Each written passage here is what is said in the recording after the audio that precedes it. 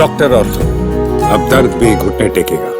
रूस के राष्ट्रपति पुतिन के भारत आने से ठीक पहले दोनों देशों के बीच एक बड़ी रक्षा डील सामने आई है। भारत और रूस के बीच $2 बिलियन यानी लगभग 16,700 करोड़ रुपए की एक बड़ी न्यूक्लियर सबमरीन डील हुई है। पिछले करीब 10 वर्षों से इस सौदे पर बातचीत जारी थी और अब दोनों देश आखिरकार इस पर सहमत हो गए। भारत के वरिष्ठ अधिकारी अगले 7 नवंबर में रूस के एक शिपयार्ड का दौरा करेंगे ताकि पनडुब्बी के निर्माण और तकनीकी प्रक्रियाओं की समीक्षा की जा सके। इस डील को भारत की समुद्री सुरक्षा और समुद्री ताकत बढ़ाने की दिशा में एक महत्वपूर्ण कदम माना जा रहा है। नौसेना प्रमुख एडमिरल दिनेश के त्रिपाठी ने बताया कि भारत चाहता है कि यह नई परमाणु पनडुब्बी साल 2027 तक नौसेना को मिल जाए। उम्मीद की जा रही है कि अगले 2 वर्षों में भारत को ये पनडुब्बी सौंप दी जाएगी। ये भारत की दूसरी न्यूक्लियर सबमरीन होगी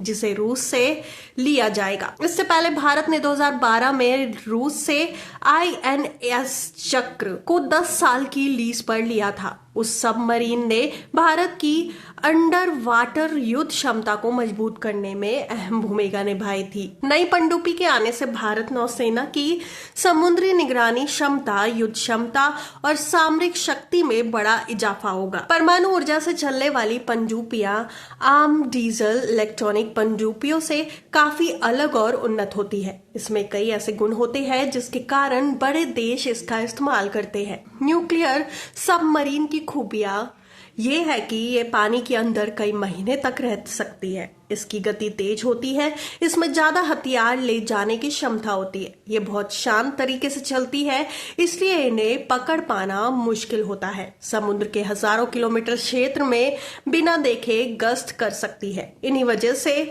पड़ोसी देश चीन और पाकिस्तान चिंतित है। खासकर चीन को डर है कि हिंद महासागर और प्रशांत महासागर में भारत की ये नई पनडुब्बी उनकी गतिविधियों पर कड़ी नजर रख सकती है। NTI की एक रिपोर्ट के अनुसार वर्तमान में भारतीय नौसेना के पास 17 डीजल इलेक्ट्रिक पनडुब्बियां हैं, लेकिन परमाणु ऊर्जा वाली पनडुब्बी नौसेना की शक्ति को पूरी तरह बदल देती है। भारत सिर्फ रूस से पनडुब्बी नहीं ले रहा, बल्कि खुद भी न्यूक्लियर अटैक सबमरीन बनाने की दिशा में आगे बढ़ चुका है। अटैक न्यूक्लियर सबमरीन क्या करती है? दुश्मन की पनडुब्बियों का पता लगाती है, दुश्मन के युद्धपोतों को नष्ट करती है, लंबी दूरी तक बिना रुके पानी में चल सकती है। किसी भी बड़े देश की नौसेना की रीढ़ होती है। आज दुनिया में सिर्फ कुछ ही देशों के पास इस तकनीक का पूर्ण अनुभव है। अमेरिका, रूस, फ्रांस, ब्रिटेन और चीन। भारत की एंट्री इस क्षेत्र में बेहद महत्वपूर्ण मानी जा रही है। दक्षिण कोरिया भी अमेरिका की मदद से ऐसी सबमरीन बनाने की दिशा में काम कर रहा है, लेकिन भारत पहले से इस प्रोजेक्ट को काफी आगे बढ़ चुका है।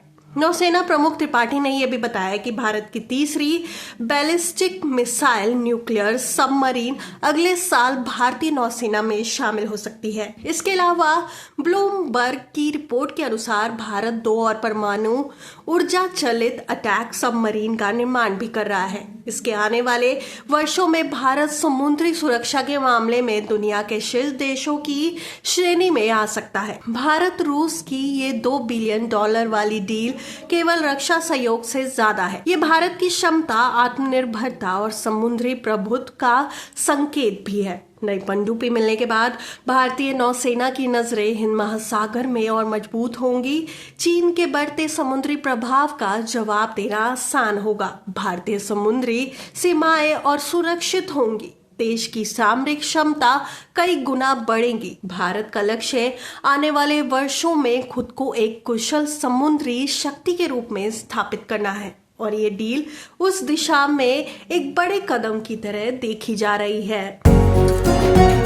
डॉक्टर ऑर्थो, अब दर्द भी घुटने टेकेगा।